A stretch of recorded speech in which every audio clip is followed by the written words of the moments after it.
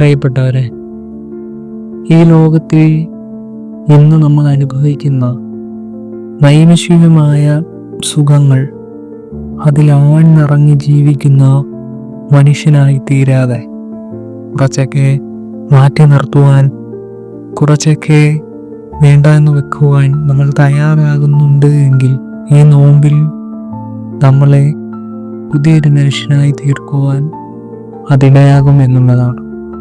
ഈ നോമ്പിൽ ഇച്ചിരി കൂടി ശ്രേഷ്ഠമായി നോമ്പ് നോൽക്കുവാൻ നമുക്കിടയാകും.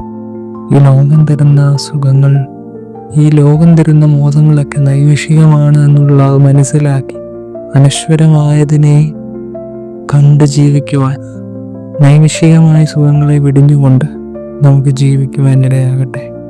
വിൻസെന്റ് ചർച്ചിൽ പറയുന്നുണ്ട്, success is stumbling from failure to failure with no loss of enthusiasm.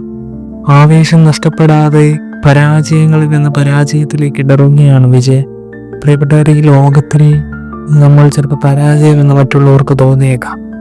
എന്നാൽ നമുക്കുള്ള വിജയം സ്വർഗത്തിലാണ്.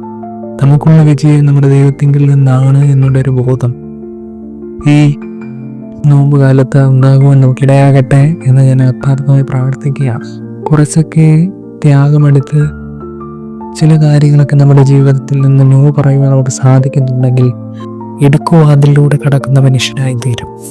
വചനം പറയുന്നു, ഇടുക്കുവാതിലൂടെ അകത്ത് കിടപ്പീൻ, നാശത്തിലേക്ക് പോകുന്ന വാതിൽ വീതി ഉള്ളതും വഴി വിശാലവും, അതിൽ കൂടി കടക്കുന്നവർ അനേകരുമാവുന്നു.